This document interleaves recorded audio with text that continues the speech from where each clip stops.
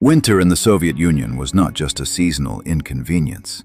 It was an operational constraint. In many regions, temperatures of -30 degrees Celsius were normal. -40 or even -50 were not rare extremes, but recurring realities. In those conditions, cold wasn't background weather. It was a limiting factor. For the military, that had direct consequences. Units were expected to arrive at their destination regardless of distance, terrain, or season. Convoys could be on the road for 10, 15, sometimes 24 hours. It wasn't enough for the vehicles to reach the objective. The personnel had to arrive ready to operate. Machines could keep moving in sub-zero temperatures. Humans could not. The cargo beds of military trucks were simple metal compartments with wooden benches along the sides. Within minutes, the steel floor and walls would match the outside temperature. While moving, freezing air circulated freely under the canvas cover. During stops, the compartment cooled down completely. After several hours at -40 degrees Celsius, the issue was no longer comfort, it was functionality. Numb hands, slowed reaction time, reduced concentration. The real question wasn't whether the convoy could complete the route, but in what condition the soldiers would arrive. And this is where a peculiar engineering solution appears. On certain Soviet military trucks, you can see a vertical metal unit mounted behind the cab.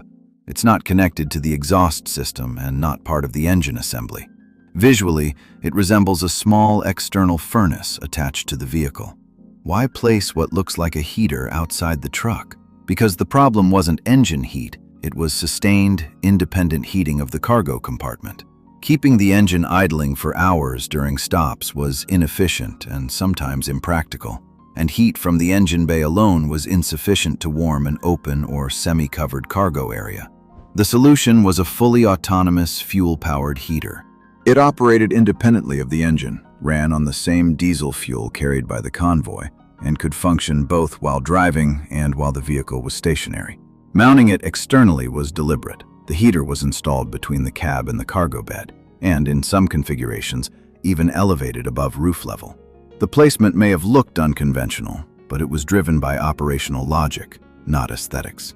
In extreme cold, reliability, safety, and independence mattered more than integration. The operating principle of the heater was intentionally simple.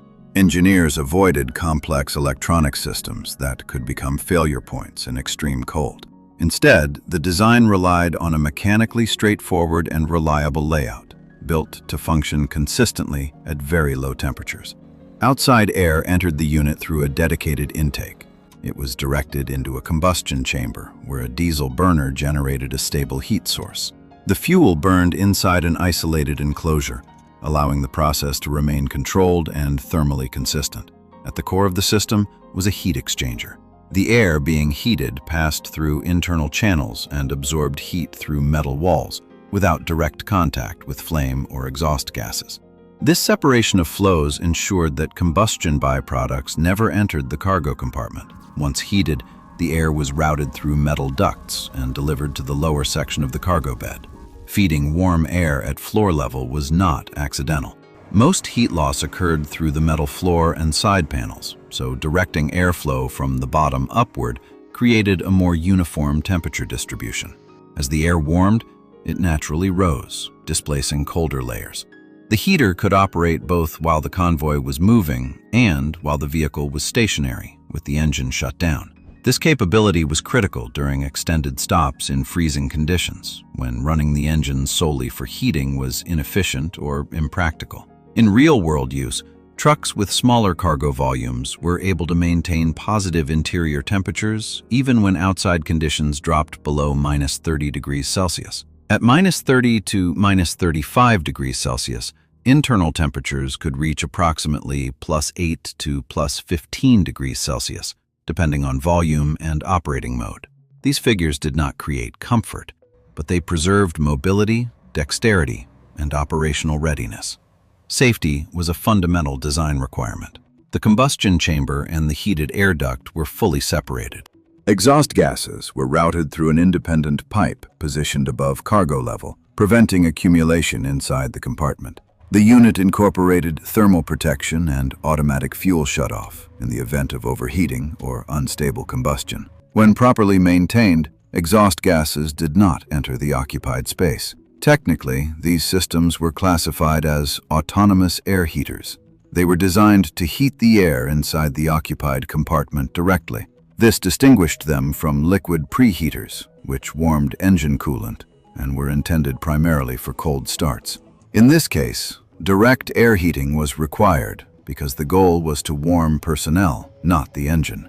The best-known representative of this class was the OV-95 autonomous air heater, sometimes referenced as AB-95 in certain sources. It was developed specifically for military vehicles. Other units of similar design and comparable heat output were also produced by different defense manufacturers. The heater was not a universal plug-in module. Installation depended on vehicle layout, cargo volume, and structural configuration. These systems were most commonly found on military trucks, such as the GAZ-66, ZIL-130, ZIL-131, and KamAZ-4310. Vehicles with open or canvas-covered cargo beds used for troop transport. Mounting configurations varied. On some ZIL-130 variants, the heater was positioned above cab level on a dedicated bracket. This placement improved airflow dynamics and allowed partial air recirculation, increasing heating efficiency in severe cold. The heater performed most effectively on compact trucks with smaller cargo volumes. In those conditions, warm air distributed more evenly, and overall heat loss remained limited. In operational use, it was possible to maintain positive interior temperatures even when outside conditions dropped to -30 or -35 degrees Celsius. On medium-sized vehicles, results remained acceptable but became more dependent on external factors: vehicle speed, wind exposure, canvas condition, and passenger density. Interior temperatures were lower, yet still significantly warmer than the surrounding environment, reducing the risk of hypothermia. The most noticeable limitations appeared on larger trucks, such as the KamAZ-4310. The greater cargo volume and increased heat loss through metal panels and canvas coverings made uniform heating more difficult.